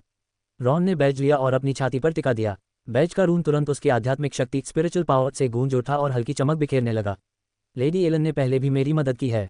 चूंकि वह आपको इतना महत्व देती है, इसलिए एक वरिष्ठ के नाते मैं आपको कुछ सलाह दूंगी। सहायक का स्वर अत्यंत गंभीर हो गया। हालांकि प्रारंभिक शिष्य सबसे बुनियादी जांच पार कर चुके होते हैं, लेकिन विद्यालय की श्रेणी में उनकी स्थिति बहुत निम्न होती है। खासकर आपके जैसे लोग जो दूसरों से आगे निकल जाते हैं, अक्सर कुछ दुर्भावनापूर्ण व्यक्तियों का लक्ष्य बन जाते हैं। जाते जाते उसने गहरी अर्थपूर्ण आवाज में कहा, सावधानी से आगे बढ़ें और खुद को साधारण रखें। आने वाले समय में यही आपका सबसे महत्वपूर्ण जीवन सिद्धांत हो सकता है। रॉन ने धन्यवाद देते हुए सिर हिलाया और उसके शब्दों का अर्थ पूरी तरह समझ लिया। डेवोड और मार्कस से जुड़े अनुभवों के बाद वह ब्लैक मिस्ट जंगल के नियमों को गहराई से समझ चुका था। केंद्रीय भवन से बाहर निकलते ही रात गहरी हो चुकी थी। रॉन ने शोधन पात्र और सुरक्षात्मक कवच कसकर पकड़े। उसके दिल में उत्साह और थोड़ी सतर्कता दोनों मौजूद थी। प्रारंभिक शिष्य बनना मतलब था कि उसने ब्लैक मिस्ट जंगल में अपनी पहली ठोस नींव जमा ली थी। लेकिन ये तो केवल शुरुआत थी। आगे का रास्ता अभी लंबा और अज्ञात खतरों से भरा हुआ था। इन विचारों के साथ रॉन छात्रावास क्षेत्र की ओर बढ़ा। वास्तव में विद्यालय का आधिकारिक प्रारंभिक शिष्य प्रमाण पत्र मिलने के बाद उसे अपना छात्रावास बदलने का अधिकार मिल गया था और वह उम्मीदवार शिष्य क्षेत्र कैंडिडेट अप्रेंटिस एरिया से बाहर जा सकता था। लेकिन डेवोड की घटना के बाद उसके निवास क्षेत्र के आसपास लगभग सभी खाली हो गए थे, जिससे उसे शांत और बाधारहित स्थान मिल गया था। इसलिए उसने स्थानांतरित होने की परवाह नहीं की, क्योंकि बेहतर छात्रावास में जाने के लिए विद्यालय को बड़ी मात्रा में मैजिक स्टोन टुकड़े सौंपने पड़ते, जबकि उसकी वर्तमान जगह पूरी तरह मुफ्त थी। छात्रावास लौटकर रॉन ने तुरंत दरवाजे और खिड़कियां बंद कर दी ताकि उसे कोई देख न सके। फिर उसने विद्यालय से प्राप्त वस्तुओं का ध्यानपूर्वक अध्ययन शुरू किया। सबसे पहले शोधन पात्र का सेट, जिसे उसने डिब्बे से निकालकर मेज पर सजाया। यह उपकरण उसकी कल्पना से कहीं अधिक उत्तम थे। क्रूसिबल विशेष ब्लू सिल्वर अलॉय से बना था, जो गर्मी को समान रूप से संचालित करता था और अधिकांश जादुई क्षरण का प्रतिरोध कर सकता था। डिस्टिलर के हर जोड़ में सूक्ष्म स्थिरता रून जड़े थे, जिससे भाप के प्रवाह को सटीक रूप से नियंत्रित किया जा सकता था। यहाँ तक कि साधारण दिखने वाले मापने के प्याले और हिलाने वाली छड़ें भी विशेष सामग्रियों से बनी थीं, जो औषधि के मिश्रण और मापन के दौरान उसकी संरचना को प्रभावित नहीं करती थीं। मैजिक पोशन रिफाइनिंग अनुभव अंक जोड़ 1। केवल इन उपकरणों के बुनियादी उपयोग से परिचित होने पर ही उसके अनुभव अंक बढ़ गए थे। दिल में प्रसन्न होकर रॉन ने समझ लिया कि यह उपकरण निश्चित ही उसकी औषधि निर्माण की प्रगति को तेज करेंगे। इसके बाद उसने सुरक्षात्मक कवच का निरीक्षण किया। ये संकटपूर्ण क्षणों में जीवन बचाने वाली अनमोल वस्तु थी। पहली नज़र में ये साधारण कपड़ों जैसा दिखता था, लेकिन ध्यान से देखने पर कपड़े में हल्के रून चमकते दिखते। जैसे ही उसने इसे छुआ, कपड़ा अपने आकार को उसके इशारों के अनुसार स्वतः समायोजित करने लगा, मुलायम फिर भी असाधारण दृढ़ता से भरा। वास्तव में अद्भुत कारीगरी, रॉन ने आश्चर्य से कहा और कवच को सावधानी से मोड़कर अलग रख दिया। लेकिन अब उसके सामने अधिक महत्वपूर्ण कार्य था। शून्य रिंग जादू स्लाइम स्प्लैश को दक्ष स्तर पर सीखना, ताकि वह विजार्ड शिष्य बनने की अंतिम शर्त पूरी कर सके। रॉन ने मन ही मन सभी शर्तें याद की। युद्ध व्यवसायक विजार्ड शिष्य 1.5 सितारा परिवर्तन जानकारी, परिवर्तन शर्तें, आध्यात्मिक शक्ति 2.0 तक पहुंचना, बेसिक मेडिटेशन तकनीक में प्रवीणता, कम से कम एक जादू में दक्षता। अब केवल अंतिम कार्य शेष है। रॉन ने बुदबुदाया, मुझे इसे आज रात ही पूरा करना होगा। उसने कमरे का निरीक्षण किया और अभ्यास लक्ष्य खोजा। अंततः उसकी नज़र बिस्तर के पास रखे एक पत्थर पर पड़ी, जिसे विशेष रूप से जादू अभ्यास के लिए रखा गया था। लेडी एलन के मार्गदर्शन में तैयार किया गया साधारण स्टार डस्ट लिक्विड निकालकर रॉन ने सावधानीपूर्वक थोड़ा सा घूंट लिया। गले से शरीर में उतरते ही एक शीतलता फैल गई, जिससे उसका मन असाधारण रूप से स्पष्ट हो गया। साधारण स्टार डस्ट लिक्विड प्रभाव, आध्यात्मिक शक्ति की स्थिरता में हल्की वृद्धि, जादू प्रयोग की सटीकता में हल्की वृद्धि। ठीक है, शुरू करते हैं। रॉन ने गहरी सांस ली और अपनी आध्यात्मिक शक्ति केंद्रित की। प्रारंभिक शिष्य बनने से उसकी शक्ति में गुणात्मक परिवर्तन आ चुका था और ऊर्जा पर उसका नियंत्रण काफी बेहतर हो गया था। पहले जो धुंधला एहसास होता था, अब स्पष्ट ऊर्जा प्रवाह का मार्ग बन गया था। आध्यात्मिक शक्ति की हर लहर पारदर्शी जलधारा जैसी लग रही थी, जिसे वह अपनी इच्छा अनुसार निर्देशित कर सकता था। रॉन ने आंखें बंद की और डैरेन की नोटबुक में ध्वनि तरंगों के वर्णन को याद किया। असल में ध्वनि तरंगें किसी विशिष्ट आवृत्ति फ्रीक्वेंसी पर कंपन होती हैं और आध्यात्मिक शक्ति को भी विशेष आवृत्ति पर समायोजित किया जा सकता है। यह विचार उसे नई दिशा दे गया। उसने आध्यात्मिक शक्ति को ध्वनि आवृत्तियों के साथ संयोजित करने का प्रयास शुरू किया। आश्चर्यजनक रूप से ये तरीका स्लाइम स्प्लैश के अभ्यास में आजमाई गई तकनीक से काफी मेल खाता था। फर्क बस इतना था कि इस बार वह सहज ज्ञान पर निर्भर न रहकर सचेत रूप से शक्ति की कंपन आवृत्ति को नियंत्रित कर रहा था। रॉन के निर्देशन में उसकी आध्यात्मिक शक्ति एक तनी हुई तार की तरह विशेष आवृत्तियों पर कंपन करने लगी। जैसे जैसे वह आवृत्ति को समायोजित करता, वह जादू मॉडल की हर बारीकी, हर ऊर्जा नोड में होने वाले परिवर्तन को स्पष्ट रूप से महसूस कर सकता था। स्लाइम स्प्लैश कास्टिंग शुरू। कास्टिंग विधि अनुकूलन का पता चला। साधारण स्टार डस्ट लिक्विड का प्रभाव सक्रिय। जादू मॉडल की स्थिरता में हल्की वृद्धि। जादूगर असीमित व्यवसाय स्लॉट्स। अध्याय 40, अध्याय 39, चिपचिपी मजबूती और उम्मीदवार जादूगर अनुक्रम। रॉन को महसूस हुआ कि उसकी आत्मिक जगह में मौजूद जादुई मॉडल असामान्य रूप से स्थिर हो गया है। बूंद के आकार की ऊर्जा संरचना अब पहले की तरह टिमटिमा नहीं रही थी, बल्कि स्थायी रूप से बनी रही और उसके भीतर की ऊर्जा प्रवाह भी अधिक नियमित और सामंजस्यपूर्ण हो गया था। जब उसने आंखें खोली, उसकी उंगलियों पर पहले से ही चमकती हुई चिपचिपी कीचड़ की एक परत जमा हो चुकी थी, जो बिना किसी अतिरिक्त नियंत्रण के सीधे लक्ष्य पत्थर पर जा लगी। जैसे ही कीचड़ पत्थर से टकराए, वह तुरंत सख्त होकर उसे जमीन से इस कदर चिपका गई कि वह जरा भी हिल नहीं पाया। ये जमने की गति और चिपकने की क्षमता पहले की तुलना में कहीं अधिक थी। स्लाइम स्प्लैश अनुभव अंक जोड़ 3। वर्तमान प्रगति। स्लाइम स्प्लैश प्रारंभिक 49/50। बस थोड़ा और। रॉन बुदबुदाया, ये हिसाब लगाते हुए कि कौशल स्तर तक पहुंचने के लिए उसे और कितनी बार अभ्यास करना होगा। एक बार और। इस बार उसने नवाचार करने की ठानी। चूंकि आत्मिक शक्ति की कंपन आवृत्ति जादुई प्रभाव को प्रभावित कर सकती है, क्या इसे श्वसन तकनीक किले से जोड़ा जा सकता है? रॉन ने अपनी सांसें नियंत्रित की और धीरे धीरे आत्मिक शक्ति के उतार चढ़ाव को श्वसन किले से मिलाया। यह एक बिल्कुल नया प्रयोग था, दो अलग अलग तकनीकों का मेल। कुछ क्षण अव्यवस्थित होने के बाद जल्द ही उसने सामंजस्यपूर्ण अनुनाद की अवस्था पा ली। आश्चर्यजनक रूप से यह संयोजन बेहद प्रभावी रहा। उसकी आत्मिक शक्ति मानो जीवित हो उठी, स्वाभाविक रूप से सबसे उपयुक्त मार्ग पर प्रवाहित होती हुई पहले से कहीं अधिक स्थिर जादुई मॉडल बना रही थी। जब जादू फिर से छोड़ा गया तो स्लाइम की मात्रा स्पष्ट रूप से बढ़ गई और जमने की गति भी और तेज थी। लक्ष्य पत्थर न केवल स्थिर हो गया, बल्कि उसके चारों ओर की जमीन का एक छोटा हिस्सा भी चिपक गया, मानो एक छोटा जाल तैयार हो गया हो। स्लाइम स्प्लैश अनुभव अंक जोड़ 1। उन्नति। स्लाइम स्प्लैश प्रारंभिक 50/50। स्लाइम स्प्लैश कुशल अधिकतम। अतिरिक्त गुण प्राप्त, चिपचिपाहट और मजबूती। स्लाइम जमने की गति और एडहीजन बढ़ा। इस प्रगति के साथ रॉन ने महसूस किया कि जादू की सार्थकता ही बदल गई है। पहले स्लाइम फेंकना केवल साधारण आक्रमण था, पर अब यह और अधिक नियंत्रित और शक्तिशाली साधन बन गया। सिर्फ मात्रा ही नहीं बढ़ी, बल्कि इसका बनावट भी अधिक सख्त हो गया। एक बार जम जाने के बाद समान स्तर की बल प्रयोग से इसे तोड़ना लगभग असंभव था। एक कमी ये थी कि यह शून्य स्तर का जादू अपनी सीमा तक पहुंच चुका था। संभवतः आधिकारिक जादूगर बनने के बाद इसे अन्य मंत्रों के साथ जोड़कर उच्च क्षमता की खोज की जा सके। सबसे महत्वपूर्ण यह था कि अब वह जादूगर प्रशिक्षु में परिवर्तन की सभी शर्तें पूरी कर चुका था। आत्मिक शक्ति 2.0। मूल ध्यान तकनीक कुशल स्तर। एक जादू कुशल स्तर पर। क्या आप तुरंत जादूगर प्रशिक्षु में परिवर्तन करना चाहते हैं? रॉन ने बिना हिचकिचाए कहा। परिवर्तन की पुष्टि। अचानक भीतर से प्रबल ऊर्जा उमड़ी, जो बांध टूटने जैसी पूरे शरीर में फैल गई। यह अनुभूति पिछले दोनों परिवर्तनों से कहीं अधिक तीव्र थी। कमरे की हवा जैसे ठहर गई और बाहर चांदनी से बनी परछाइयां भी विकृत हो उठीं। रॉन स्पष्ट रूप से महसूस कर सकता था कि उसका आसपास की दुनिया से संबंध बदल चुका है। जो जादू पहले केवल निष्क्रिय रूप से महसूस होता था, अब कुछ हद तक उसकी इच्छा अनुसार नियंत्रित किया जा सकता था। यह ऐसा था मानो वह केवल दुनिया का दर्शक न रहकर नियमों को सीधे प्रभावित करने वाला सहभागी बन गया हो। हर सांस, हर धड़कन आसपास की जादुई ऊर्जा से सामंजस्य स्थापित कर रही थी। परिवर्तन सफल। व्यवसाय प्राप्त, जादूगर प्रशिक्षु 1.5 सितारा। मूल गुण बढ़े। आत्मा 2.02.4 जोड़ 0.4। शारीरिक क्षमता 1.4 1.5 जोड़ 0.1। जादुई शक्ति 0.40.7 जोड़ 0.3। नए पेशेवर कौशल खुले। जादू निर्माण प्रारंभिक। आत्मिक हस्तक्षेप प्रारंभिक। विशेष बोनस। जादू कौशल अनुभव अर्जन गति थोड़ी बढ़ी। आत्मिक शक्ति बढ़ने की गति थोड़ी बढ़ी। जादू क्षमता और पुनर्प्राप्ति गति थोड़ी बढ़ी। संख्या के लिहाज से देखें तो जादूगर प्रशिक्षु का परिवर्तन नाइट का स्क्वायर बनने से कम वृद्धि दिखाता था, पर फिर भी वास्तविकता में जादूगर प्रशिक्षु बाहर की दुनिया में नाइट्स पर पूर्ण वर्चस्व रखते थे। असल में आंकड़े केवल संख्याएं नहीं थे। आत्मिक शक्ति का 2.0 से 2.4 तक बढ़ना उससे पहले की वृद्धि की तुलना में कहीं अधिक गहन गुणात्मक परिवर्तन था।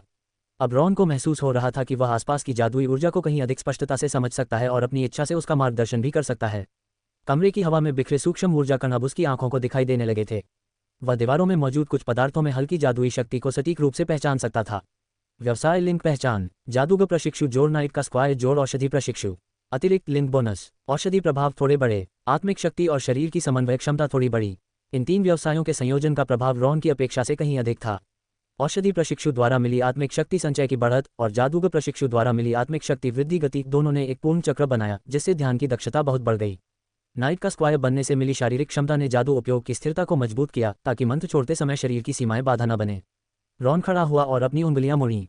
यही है जादूगर प्रशिक्षु में परिवर्तन का लाभ।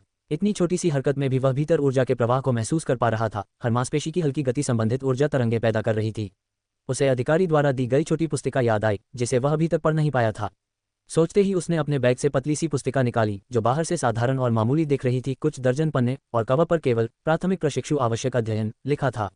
लेकिन जैसे ही उसने पहला पन्ना खोला, हल्की जादुई तरंग महसूस हुई। इसमें एक सरल विरोधी जालसाजी मंत्र था, ताकि केवल सच्चे प्रशिक्षु ही इसकी सामग्री पढ़ सकें। वह खिड़की से आती हल्की चांदनी और झिलमिलाते जादुई पत्थर की रोशनी में ध्यान से पढ़ने बैठ गया। शुरुआती पन्नों में केवल सामान्य नियम थे। सार्वजनिक स्थानों पर झगड़ा वर्जित, प्रयोगशाला उपकरण का निजी उपयोग वर्जित और बिना अनुमति कुछ विशेष क्षेत्रों में प्रवेश वर्जित। ये सब बातें उसे पहले से पता थीं। लेकिन आगे बढ़ने पर सामग्री धीरे धीरे रोचक होती चली गई। शीर्षक चौथा, प्रशिक्षु प्रगति और अनुक्रम नियम ने तुरंत उसका ध्यान खींचा। उद्धरण चिन्ह ... कोई भी प्राथमिक प्रशिक्षु जो प्रमाणन के 3 वर्षों के भीतर मध्यवर्ती प्रशिक्षु तक पहुंच जाता है, उसे स्वतः उच्च क्षमता का दर्जा मिलेगा और वह उम्मीदवार जादूगर अनुक्रम में शामिल हो जाएगा। ऐसे संभावित भावी आधिकारिक जादूगरों को अतिरिक्त संसाधन और विशेष प्रशिक्षण अवसर प्रदान किए जाएंगे।